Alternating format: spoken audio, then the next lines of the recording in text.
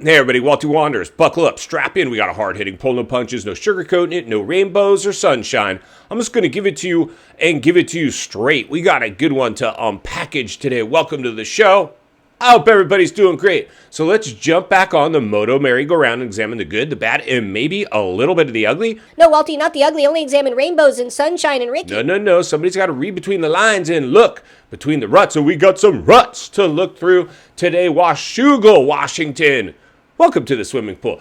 Now, let's just jump right into this thing, man, because it was actually kind of good, right? There was some things that were kind of good about this race. Now, there are some things that were kind of bad, and there's definitely some ugly in there, but we'll try to keep it a little as politically as correct as possible and start with some of the good.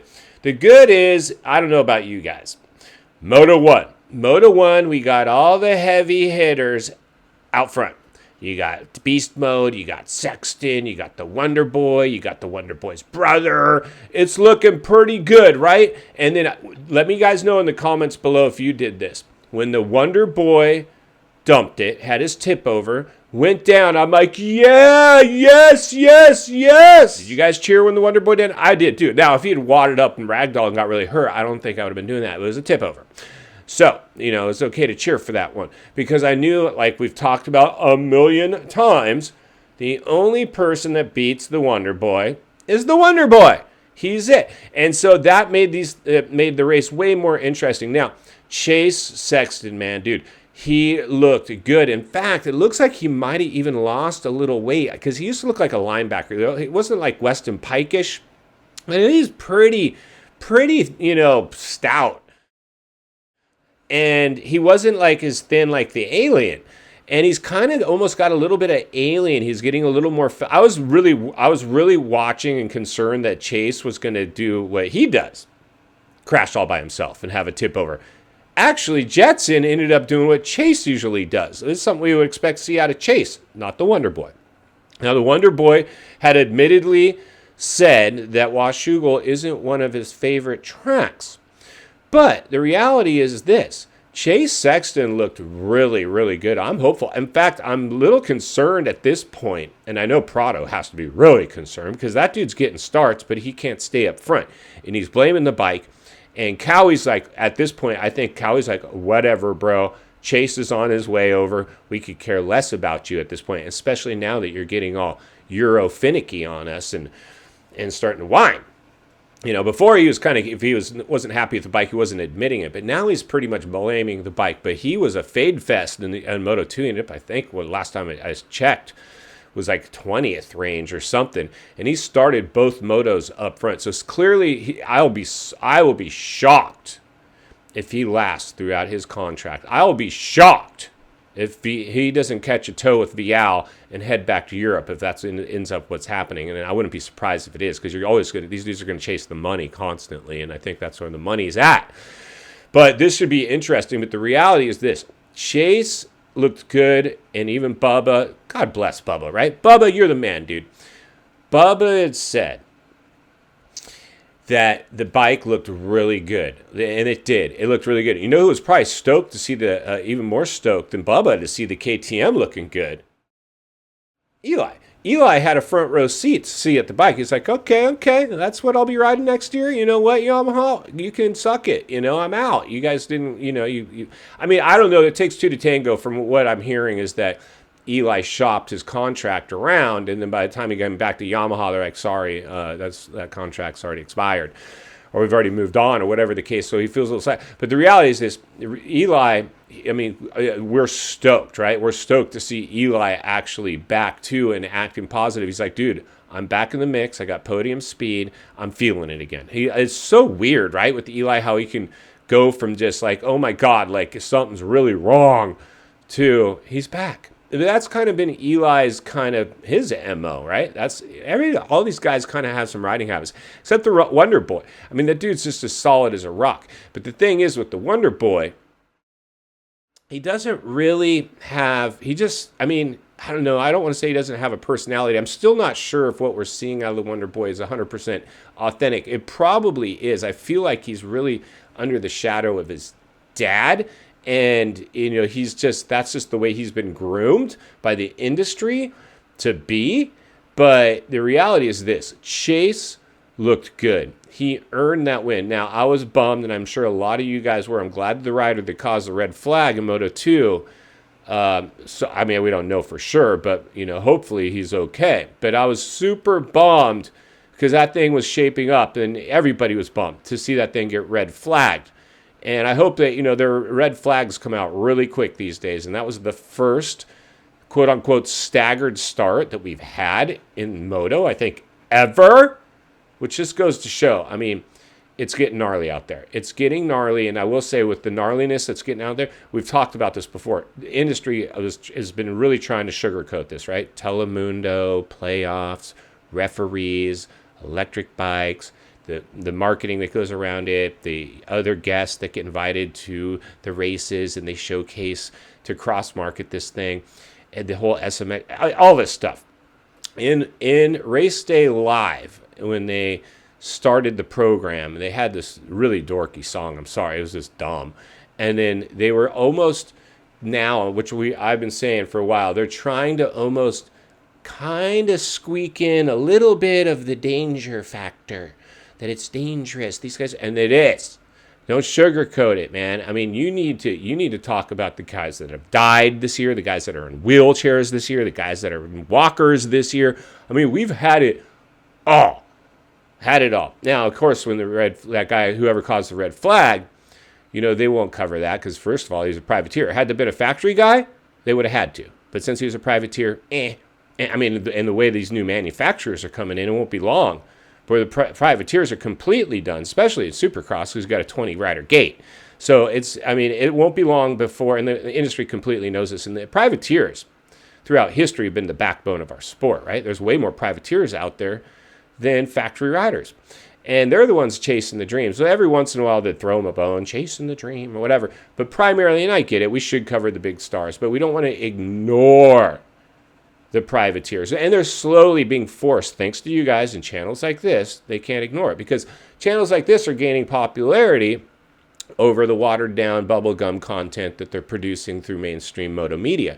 And that's just the realities of what's going on, man. So good job to you guys. If you're new, get subscribed. Jump over to the community page, throw on an open face, pull a fresh pair of tear-offs, because the roast tends to fly.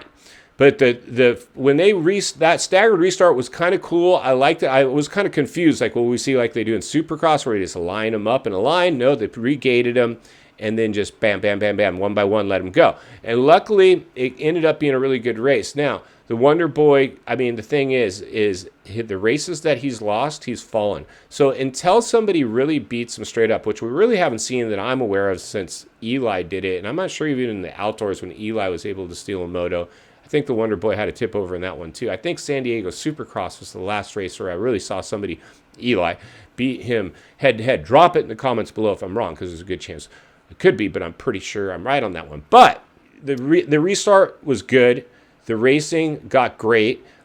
Seeing Eli and the Wonder Boy and Chase Sexton, I mean, these are the dudes, man. And really, when you think about it, Eli and Chase don't have a lot to really ride for other than pride and prize money. The championship's clearly over. But like I said, it looks like Eli's trimmed down. It looks like Chase is trimmed down. They're clearly trying to get more efficient on the bike. Everybody's studying Jet and his riding style, rightfully so. Now, I don't think these guys should, and they won't, and they haven't so far, totally ditched their own riding style, but they've tried to kind of, clearly the alien, he's something about his build and the way he's efficient on the bike is really, really just makes him this generational talent. Chase has more of a similarity to the Wonder Boy. Chase is kind of in between Beast Mode and the Wonder Boy. He's like the perfect mix. I'm excited to see Chase Sexton. Now, I really hope when he gets to Cali, I mean, he might even be thinking at this point, he probably should have stayed with the KTM because he's just now actually getting used to the bike apparently and actually showing, that he can make that bike work. Now, hopefully, he'll get to the Cali. And again, a lot to cover this week. Like I said, if you're new, jump on board because we got to blow apart a lot of things. Ando, I think Ando's more sick of the industry than he's not feeling good. But there's a good chance. I mean, we're seeing a lot of riders getting fatigue syndrome. It's getting way gnarly, and this schedule is gnarly, and they're not digging it at all. And Chase has admitted to the fact that the only reason I'm back is because they forced me back for SMX. I got to get some SMX points, but it was good because this is going to build confidence in these dudes. I still haven't seen what I need to see to say, yep, the Wonder Boy's on borrowed time. I still think, and we'll be pulling it too, more than likely. I really still think, I mean, clearly the Wonder Boy is the man to beat. And so far, unless he's had a crash, he has not been beat the 250s. Danger Boy, welcome to the danger zone. You got caught up in Smoking Joe, the average Joe, and I think even Bubba called him Wasabi. I kind of like that, Wasabi. It's fun to say. Smoking Joe. Let's break down Smoking Joe a little bit. Again, more shows to make if we get a chance because we got to do a deep dive on Smoking Joe. I believe what we're seeing out of Smoking Joe. Smoking Joe, now that he's re-signed with Honda, ever since, because he kind of was mailing it in a little bit. I mean, because why wouldn't he? The energy wasn't good. You're all living in the Lawrence's world. Not even necessarily, I mean, Jet's not even living in his own world. It's like the Lawrence world. And the industry have circled the wagons around Honda and the Lawrences. All the marketing is those guys, right? And the brothers and this and that and that and this and whatever. I'm kind of stoked because not that I'm not cheering for Hunter, because at this point I'd like to see anybody beat Jet. And for a minute it looked like he might have been our best bet to do it, but it's not anymore. Hunter did not look as good as he had. Now again, this track might have not catered to him as well as other tracks, but the reality is this. I think that Smokin' Joe, the reason we're seeing him, we've known he's had the speed, but he was off it for a little bit, and it was because there's a question mark of where he was going, right? There's talks that maybe he's going back to pro circuit, and you never really want to go back, unless you're Garrett Marchbanks, to the team that you once rode for. Now, for Garrett Marchbanks, again, good job hitting the podium, dude. And, I mean, Pro Circuit, they should sign you, again, because you were their best guy, and you've continued to be their best guy. And if you could solve your starts, which will be hard to do because your weight, and if at some point you just got to go to the 450, brother. But he went back because he was on, club, and he had been relinquished to satellite equipment. And so the fact that he made it back to a factory ride in and of itself is a miracle. And then the fact that he did it with the team that had let him go is virtually unheard of. So Smokin' Joe, he clearly is now feeling like, okay, like I got my contract, I got something to ride for, and he straight up beat Danger. I mean, Danger did not have a fault. Now, Danger might not be 100%. His leg might still be bothering him. He could be in championship mode. But I don't know. What I'm seeing out of Joe, and if you're hanging around the Wonder Boy, the Alien, the Chosen One, the Industry Darling, the Martian, and getting to ride with those dudes, which I'm pretty sure he gets his fair share of, he's benefiting from that. And Joe's got kind of more of that. He's not a full send guy. He's a very tactical guy, like Bubba also said. Joe isn't, I'm not necessarily saying this is Joe, but at this point, almost, he's playing chess, not checkers. Now, Danger Boy's playing checkers out there. He's just full send. He's not much of a chess player. And it works for him. And then that's fine. You got to do whatever works for you. But what I saw out of Joe was basically he beat Danger straight up. It was a dominating day. He's a likable guy. The fact that Honda was ready to let him go, they should be thanking their lucky stars that they even were able to get him to re-sign with them. I think Smokin' Joe I think he's a private dude, probably his family. They talk about what decisions are making. I know their agent, they probably direct the agent on what to do.